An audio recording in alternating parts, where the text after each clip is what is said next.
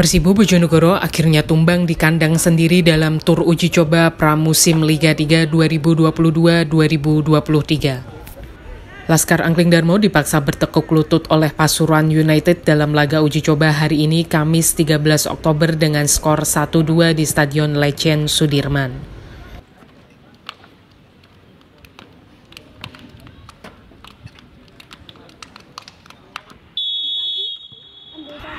Pasuruan United sudah menekan lini pertahanan Persibo sejak peluit awal.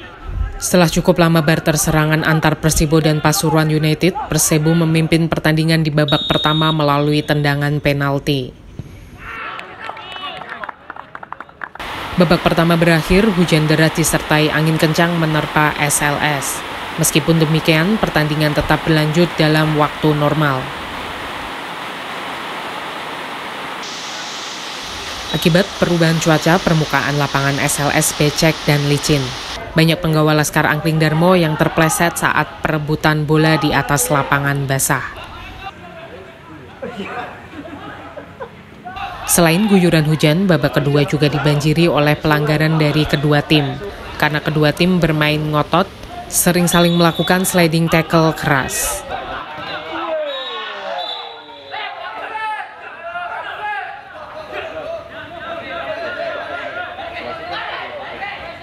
Salah satu sliding tackle pemain Persibo berbuah tendangan 11 meter untuk Pasuruan United yang dimanfaatkan dengan baik dan menyamakan kedudukan. Pasuruan United membalikan keadaan dengan memanfaatkan kesulitan pemain Persibo dalam bergerak untuk mencetak gol. Pelatih Persibo, Mas Danuriza mengatakan, banyak pelajaran yang dapat dipetik oleh pemain dan tim kepelatihan dari pertandingan ini. Menurutnya, anak asuhnya belum dapat beradaptasi dengan keadaan lapangan yang licin serta permainan bola panjang dari Pasuruan United karena para penggawa Persibo lebih sering bermain bola pendek. Masra juga masih melanjutkan eksperimen false nine yang dijalankan sejak beberapa waktu lalu dengan target untuk membantu serangan dari sayap. Namun Masra mengaku taktik ini perlu dipoles lagi melalui internal game. Hasil pertandingan hari ini bagaimana, Coach? Oke, alhamdulillah kita menyelesaikan satu pertandingan yang cukup bermanfaat ya, cukup penting buat tim ini terkait dengan persiapan kita. Memang dengan kita memilih lawan Pasuruan United yang memang sudah persiapan 3 bulan terakhir ini, kita mendapatkan banyak pelajaran ya, bagaimana mereka juga melakukan suatu hal yang luar biasa di pertandingan itu. Tapi yang pasti kita banyak catatan juga terkait dengan tim ini. Kita sudah berbicara bagaimana kita seleksi pemain dan lain-lain, tapi ini kita sudah berbicara tim untuk kompetisi di Liga 3. Mungkin apa Coach yang faktor yang paling besar mempengaruhi pemain? Ya, ini satu catatan yang kami lihat adalah adaptasi. Jadi secara filosofi dan secara style of play kita bermain dengan game plan short passing. Tapi dengan kondisi lapangan yang seperti ini, saya rasa pemain harus antara pemain dan memang ini harus ada perubahan secara situasional di lapangan. Karena kalau kita memaksain dengan short passing, dengan ground passing, saya rasa sangat sulit. Dan kita terbukti sulit untuk mengembangkan permainan karena memang dari awal mereka nggak kita bekali dengan permainan-permainan yang dengan long ball seperti itu. Istilahnya dengan direct play yang sifatnya terlalu attacking ya. Kita tidak menyiapkan itu karena memang cara style pemain kita lebih terlihat di short passing, kemampuan short passing. Apakah mundurnya beberapa pemain juga berpengaruh dengan performa tim? Ya, saya rasa 2 pemain yang mundur ini memang menjadi bagian juga dari rencana kita. Tapi kita sekali lagi ini sepak bola, kalau ada yang datang ada yang pergi. Tapi kalau kita lihat dari lapangan kebutuhan atau posisi yang mereka tinggalkan ini, kita punya pemain yang memang satu level bahkan lebih dari yang keluar ini sebenarnya. Jadi secara keseluruhan tim ini tidak ada masalah ketika 2 pemain tersebut harus keluar. Tadi pilihannya Jojo juga ditaruh di tengah sempat. Iya, sama seperti di pertandingan yang sebelumnya, Jojo kita taruh di false nine. Harapannya kita bisa membuat ruang untuk pemain 7 dan 11. Kita memasukkan Virgi, harapannya dia punya energi yang lebih fresh. Dengan menggantikan Tegar, harapannya dia bisa penetrasi masuk ke dalam, sedangkan Jojo bisa menarik lawan dengan keluar. Jadi beberapa momen sih memang kita tetap masih perlu kasih masukan.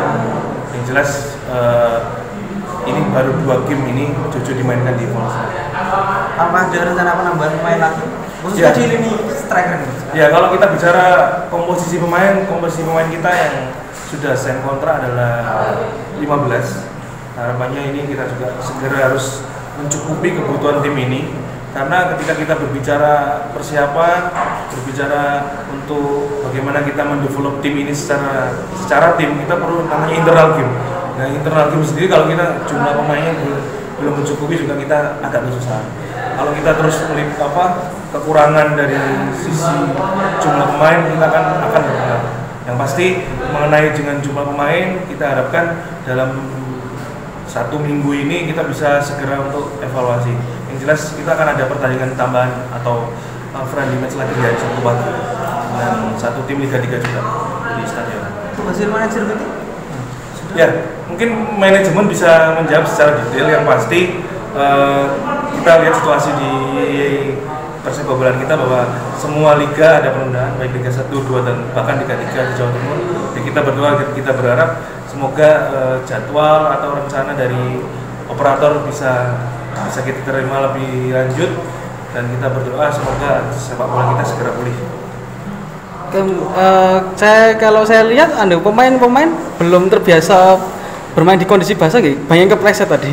Iya, kalau kita bicara tadi yang perlu kita garis bawahi adalah adaptasi. Jadi skenario kita selalu bola-bola pendek, skenario kita selalu bola-bola bawah.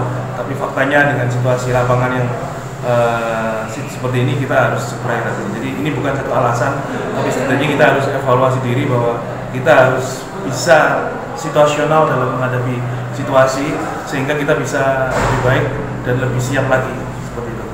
Kemudian untuk performa pemain-pemain baru kayak Wiranto, kemudian Sahrul, bagaimana tadi? Ya, saya pikir tadi ada Wiranto yang kita mainkan tidak ada masalah. Beberapa kali juga sering merepotkan dan juga sesuai dengan rencana kami. Yang pasti dia juga baru bergabung dan kita nggak bisa paksakan untuk banyak hal, tapi setidaknya kita lihat bagaimana effort dia, bagaimana kesungguhan dia saat di lapangan, bagaimana penetrasi dan lain-lain. Sedangkan tadi ada Rizal yang main di posisi bek kanan, sudah cukup bagus. Kalau kita lihat memang beberapa kelebihan dan kekurangan pasti ada. Yang pasti kedepannya sepertinya Rizal bisa punya potensi besar untuk Persib. Untuk Sahrul sama Ihsan ini bagaimana? Kalau Sahrul tadi karena kita masih belum istilahnya full dalam arti karena kita lihat lawan ya, karena kita lihat di babak kedua lawan menampilkan pemain inti. Jadi kita lihat, karena kalau kita memaksakan Sahrul bermain, karena memang Sahrul ini kan masih statusnya kan masih pemain yang sedang trial. Jadi kita belum tune in di tim ini, terutama di unit defending kita. Jadi kalau kita paksakan nanti akan amburadul, malah semakin amburadul. Kemudian karena ini juga belum ada kabar mengenai pertemuan manajemen, berarti belum ada kabar mengenai pembagian grup. Belum. Yang pasti kita masih tunggu kabar dari manajemen, kabar dari operator liga. Kita berharap ini semua yang terbaik. Insya Allah kita bisa minimal harus lolos dari grup, terus kita melangkah lebih jauh. Mengenai performa para pemain baru Persibo, Masra mengaku puas dengan penampilan Wiranto dan Rizal. Meskipun sebenarnya dirinya tidak menuntut terlalu banyak. Masra berharap keduanya menunjukkan kesungguhan untuk bermain di laga-laga selanjutnya. Sedangkan Sahrul Hafiz dan Isnani yang sedianya akan diturunkan di babak kedua terpaksa dicadangkan. Karena Pasuruan United menurunkan tim utama mereka di babak kedua dan keduanya belum sepenuhnya klik dengan skuad, sehingga Masra tidak mau ambil resiko. Irfan Ramadan, Yuan Edo, Bojonegoro.